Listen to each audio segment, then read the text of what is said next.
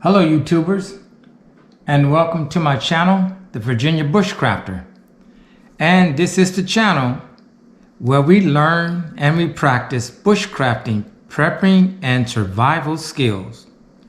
So today guys, I want to talk to you briefly about the differences and similarities between bushcrafting and camping, or a bushcrafter and a camper. And I want to do this because I was having a conversation with some individuals concerning an overnighter that I did this past weekend. And I basically told them that I was out bushcrafting, and they asked me, what is bushcrafting? And I explained it to them. But they still have the idea or the thought that bushcrafting and prepping is the same thing. Well, there are a lot of similarities and there are a lot of differences. So what I want to do is just go over these just for clarifications. Now with bushcrafting, the main thing is to survive and thrive in the wild. Now the skills required to survive in the outdoors using natural resources are akin between man and nature. Now when I say akin between man and nature, I'm basically speaking of, for an example, father and son, mother and daughter. And now with a camper, I look at it as basically a recreational activity that usually involves sleeping in a tent, an RV, or a cabin and exploring the outdoors. The site will have all the essential facilities and usually be near a store where the camper can purchase wood. The facility will more than likely provide a porta potty, fire rings, a grill, drinking water, toilets, and showers. Now with a bushcrafter, the gear is somewhat different because it requires very little gear because nature will provide the resources you need. And the resources you need are shelter, food, and water. Now the tools that a bushcrafter will more than likely use is a hatchet, a knife, a saw, a pot to cook in, paracord, water filter, a map, a compass, a headlamp, fire starters, sleeping bag, a tarp, a sleeping pad or a sleeping mat, a stove, clothing, and a backpack. And they're going to use they're going to have something called the 5 C's, which is going to be a cutting tool, some type of cover, combustion, container, and cordage. And they're going to utilize these 5 C's and these tools to hunt, fish, or forage.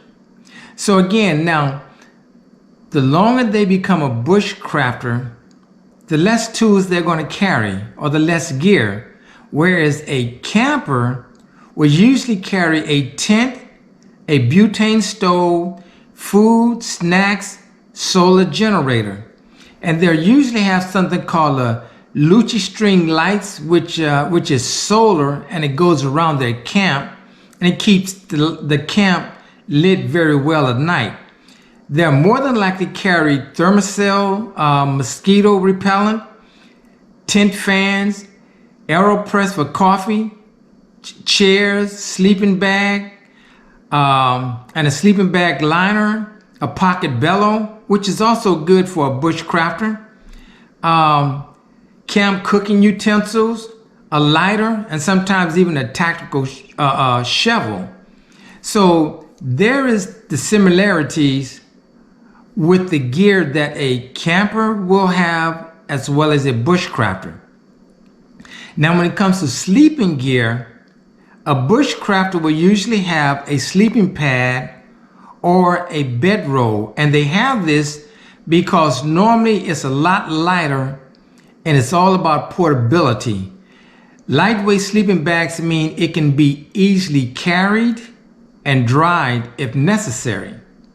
Whereas a camper sleeping gear is usually a sleeping bag that is extra warm and has a wide range of modern features, like a large hood, a goose feather field. It's going to be filled with goose feathers, and it's going to have more than likely internal pockets or a reinforced foot box. So the sleeping gear for a camper is more than likely going to be heavier because they're not concerned about portability, whereas a bushcrafter is more concerned about portability and having items that are lighter. Now, when it comes to shelter for a bushcrafter would more than likely have a lean-to tarp, which is basically a 45-degree tarp, or an A-frame, which is a triangular shape that keeps heat close to your body. Or they will have something called a debris shelter or a wiki-up shelter. Now, the debris shelter and the debris shelter is more or less like a lean-to tarp, or the wiki-up is more of a dome shape. But the wiki-up and the debris, these shelters are made from wood and grass, nature. Also, another shelter is a plow point.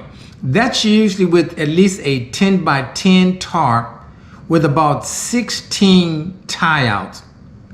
Now, another form of shelter for a bushcrafter will be just a pile of leaves that can be temporary. Get a pile of leaves, pile them up, and get into the pile of leaves. But use a tarp for shelter because it's portable when on the move. When you have a tarp, you can easily assemble it and disassemble it, and you're on the go. Whereas the shelter for a camper is usually in a dedicated campsite, and they pitch a tent in a near clearing. And this is for, it secures their belongings, it set up their sleeping bag, and maybe they can hang a battery operated light in there. And they're fully enclosed to keep insects and other pets away while they're asleep. So usually the camper, they're usually fully enclosed, whereas a bushcrafter, they're sleeping under a tarp and they're not fully enclosed. However, there are tarps that can be purchased and they can be made into tarp tents. The next thing when it comes to cooking, a bushcrafter don't bring a delicious selection of sweets and treats. They work for food by hunting and foraging, usually bringing low maintenance snacks like jerky, crackers, and possibly freeze-dried meals. One or two cooking appliances like a pot and a pan heated over a fire, not gas. They won't have any butane or alcohol stoves or anything like that. Utensils are usually made from sticks, pot hangers made out of sticks for cooking above the fire, and cook on a rock that has been heated by fire instead of a skillet. Whereas a camper cooking is usually something that is portable gas appliance with a range of tools to cook a nice, enjoyable meal. Tasty treats like coffee and marshmallows, or perishables like cheese, fruit, and vegetables. Now, coffee and marshmallows, that's a great staple for bushcrafters as well. But again, bushcrafters, they don't bring a lot of delicious selections of sweets and treats. They're really concerned about the amount of weight. Now, when it comes to building a fire, and the fire is what I consider the center of bushcrafting as well as camping. A fire is warmth, you can cook on it, it's comfort, and it's security. Now, you're going to need tools to build that fire, and usually that's going to be an axe or a hatchet, a saw, and a knife for thicker pieces of wood that last longer. And to start that fire, you're more than likely going to need a ferro rod, flint and steel, bow drill, some tinder, which is fluffy, kindling, which is pencil-sized sticks, fuel, which is more likely wrist size or smaller, and of course oxygen. Building the fire is just part of the experience. Now, a camper may build a fire, and again, it's going to be warmth. They're going to use it for cooking and comfort. Campers may be restricted though to a fire ring and may be nearby places to buy wood. They can start a fire with matches, lighter fluid, paper, or even cardboard. So again, with bushcrafting, it's more about the experience, not using butane, not using a lighter, not using matches. The next item is food. A bushcrafter takes long life food that's usually freeze-dry food that contains the nutrients a bushcrafter needs to survive. Anything that's non-essential will not make the cut. Food you pre-pack or only use as a backup if you're unable to hunt and forage your food. So foraging and hunting, fishing is very important as a bushcrafter. A camper, their food is usually efficient, long-lasting food, fresh food in a cooler in the back of their vehicle. Usually take food to enjoy on their vacations, such as sweet and snacks. That's because they're on a leisure trip. When it comes to water, a bushcrafter pre-packs their water. Usually they would take 2 canteens at least of 28 ounces. Once the water is gone, they have to source their water from a river or a stream. They have to filter that water and sterilize it before drinking. Now, many drink directly from the water source. A lot of bushcrafters will do that because they can identify a spring and see water that's running over rocks, knowing that that water is being filtered. Whereas a camper, more than likely they're going to bring all the water they need. Now, the tools that a bushcrafter will have, again, is a hatchet, a knife, a saw to process larger logs that will burn longer, whereas a camper will gather firewood but usually don't bring an axe to split logs, but they may use a knife. Now, this knife that they bring is usually to prepare food. So they more than likely will not bring any type of Scandinavian grind knife or convex grind knife because their intent is not to split wood, whereas a bushcrafter, they will have those type of tools to process the wood. Now, when it comes to navigation, a bushcrafter will use vantage points to scope out the landscape. They determine where they are, where they want to go, and how to get there by simple surveying the land. Now, they always or usually bring a compass. They will use a topo map and a compass, and they usually plan out their trip before they leave their residence. So whereas a camper, they will have a map, but they will stick to a well-known trail that have signage to lead them in the right direction. So again, a camper is not out to explore to the extent that a bushcrafter is out to explore. The next thing that I think is really important between a bushcrafter and a camper is the differences in skills. A bushcrafter, training your mind and body to pay attention to your surroundings and truly live in the moment. Build a shelter, know your first aid, building a fire, primitive cooking, using ropes, paracord, and tying knots, using a knife, a hatchet, an axe, a saw, navigation tools, foraging for food, trapping, hunting, and cleaning game, building a cooking tripod, gathering and purifying water, and fishing. That is just some of the skills required of a bushcrafter. Whereas a camper, the main skills are setting up a tent, first aid, building a fire, cooking, using rope and tying knots, using a knife, navigation, planning, and packing. So you can see there's a big difference. I think bushcrafting, it's more challenging and highly satisfying provided that you're successful. Now, difference in the mindset with a bushcrafter, it is a matter of survival. Now, this may not appeal to the same people, but it's about meeting your most basic needs: food, water, warmth, and sleep. Proving to yourself you can survive in the wilderness, whether by choice or in a desperate situation.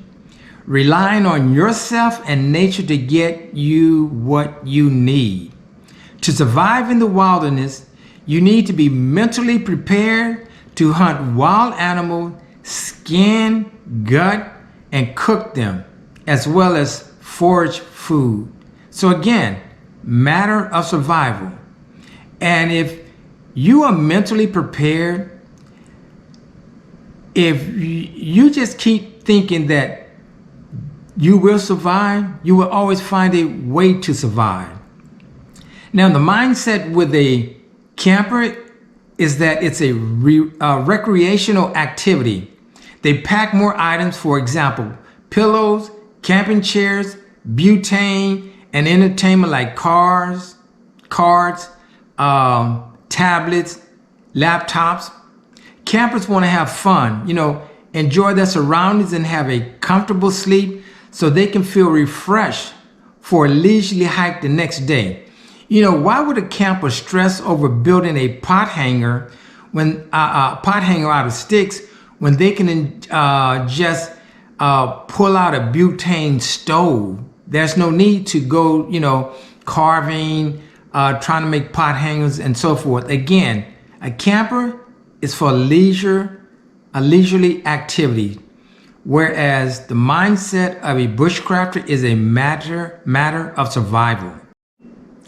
The next thing I want to talk about, and I think is very, very important, is that there is different risk with a bushcrafter and a camper. A bushcrafter,